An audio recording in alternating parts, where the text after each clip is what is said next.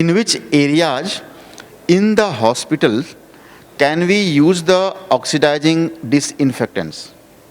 Can you help her to understand that? Yeah. So generally, oxidizing disinfectant are corrosive in nature, and if they are used in higher concentrations, so they will harm the equipments and area, including the patients, or in the pharma industry, that is equipments. So oxidizing agents at lower concentrations. For example, hydrogen peroxide is an oxidizing agent.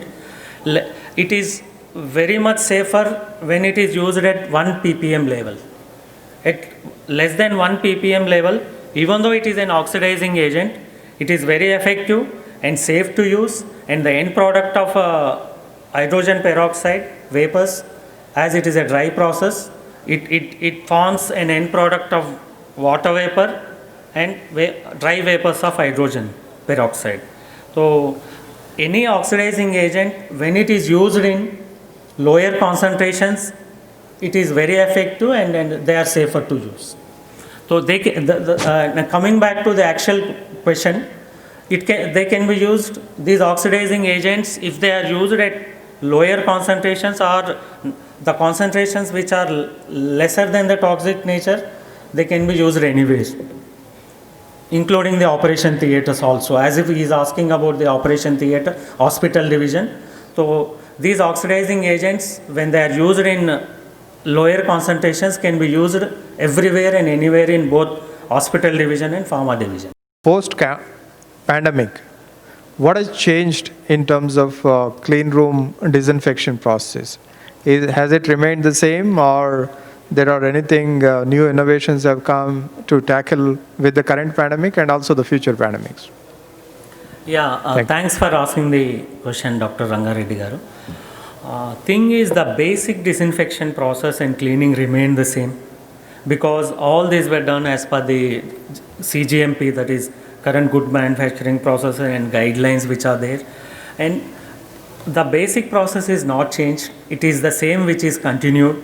However, the precautions among the personnel, if it is a clean room, when we are entering into a clean room, the respective gowning and all the procedures which is stringent than the one which we are following in the external environment is already maintained. So that is sufficient enough, and nothing is changed in the clean rooms. However, the areas leading to the clean room, in those areas the practices of maintaining the social distancing, sanitization, followed by wearing the mask, and distributing the employees to different shifts and using 50% of the employees, all those parameters were kept in place other than clean rooms. However, in clean rooms, the existing disinfecting policies, procedures are still active, and these procedures, that is the cleaning and disinfection process which is there in already existing, is useful not only for this COVID, and it is inclusive of COVID. So it is a generalized and effective mode of eradicating or controlling the microorganism, wherein if any other type of microorganisms, which includes COVID, I want to say. So finally the answer is nothing is changed except the precautionary measures outside the clean room area. And however, the risk assessments were done inside in the pharma industries, where there is a possibility of entry, that is transfer of this COVID-19, and general process of identifying the employees if they are suspected for infection, that all those are outside the clean room. Thank you. I have a small doubt. Like you said, vaporized hydrogen peroxide, like it can be passed into the AHUs. Right. Like, will it not cause any harm if it is inhaled or something? No. Good question, in fact. So I will elaborate on that, because the future technology of disinfection of both hospital divisions and pharma is vaporized hydrogen peroxide. I foresee that. The reason behind that is, yes, if hydrogen peroxide as such, in the presence of moisture, it is harmful, or otherwise it is corrosive and harmful to the patients. When hydrogen peroxide is injected or spread in dry form, it is non-toxic, very neutral agent, and that's why the hydrogen peroxide which is used, the entire facility will be decontaminated. So it is a part of integral part of now the current technology speaks about integration of hydrogen peroxide VHP into the AHU system itself, wherein the moisture content of the area, the relative humidity of the area will be accordingly maintained, and the hydrogen peroxide will be converted into, it will be heated up to 120 degrees centigrade to be specific, and which generates dry hydrogen peroxide and water vapor. And finally, the end product is non-toxic, which is water and dry vapor of hydrogen peroxide, which is very effective, and it is equivalent with the sterilization. Even as you say, as you are asking, yes, the future of hospital division and the pharma industry for disinfection process is this VHP. And when one condition is, it should be used in less than 1 ppm level. And if it is used at less than 1 ppm level, it is non-toxic, it is effective also. And it achieves more than 6 log reduction, which is very important criteria. Generally, sterilization process by autoclave achieves a kill rate of more than 6 log reduction, wherein around among 1 million, among 10 lakh cells, if we challenge, 1 cell is expected to be live. And same process is achieved by this vaporized hydrogen peroxide. Yes, we can use in hospitals also, and there is no harm to patient. Even the critical patients, including ICUs also, we can use this. Thank you. Question is related to virus. Yeah. How much concentration of disinfectant is killed to virus and to break the cell line of that virus? Yeah, good. Generally, virus is killed there are many microorganisms. So, bacteria, yeast and molds, and virus. These are the 3 types of microorganisms we generally know. Yes. Among these 3 types, the virus is the very sensitive microorganism which can be killed by any disinfectant. For example, as virus is a protein molecule which can be denaturated at lower concentration of any type of disinfectant. However, the best way of disinfecting viruses is by using alcohol-based disinfectants. Say example, we use IPA, isopropyl alcohol, and ethyl alcohol for sanitizing our hands, and within 10 seconds it denaturates the protein of any virus. However, a minimum of 30-second hold time should be kept. The contact time of 30 seconds should be kept after the application of alcohol-based disinfectants. And the best disinfectant for virus is alcohol-based, which is isopropyl alcohol at 70% concentration. Because these alcohols will be very effective if they are used between 60 to 80%. So because of the water molecule availability, water activity, they are very effective at 70% level. So 60 to 80% of alcohols, especially isopropyl alcohol, is the best agent to kill viruses. Thank you. Yes, please.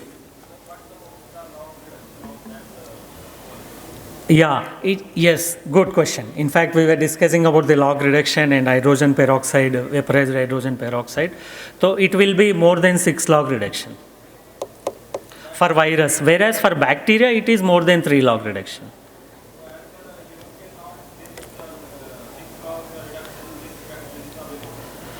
No, I will let you know. I will elaborate on that. Actually, any type of disinfectant is capable of attaining more than 3 log reduction. 1 log reduction means reduction of microbial population by 90%. If we are challenging, say, 10 lakh cells, that is 1 million cells, 3 log reduction, if 3 log reduction is attained, 1000 cells are alive. So, for all types of disinfectants, 3 log reduction, if it is attained, they are good. However, as we were discussing, hydrogen peroxide is capable of that is vaporized hydrogen peroxide is capable of attaining more than 6 log. And the 3 log reduction criteria, whatever I am discussing for bacteria and fungi, is on bacteria and fungi. Whereas for virus, yes, all types of disinfectants attains 6 log reduction. And then the criteria of disinfectant, especially in pharma industry or hospital divisions, everybody focuses on bacteria and yeast. That is yeast and molds and bacteria, not on viruses. As if generally, if somebody is applying a disinfectant in some clean room or hospital division, they are also applying for viral decontamination. And yes, so any kind of disinfectant, especially alcohol-based disinfectants, attains 6 log reduction for viruses and more than 3 log reduction for bacteria.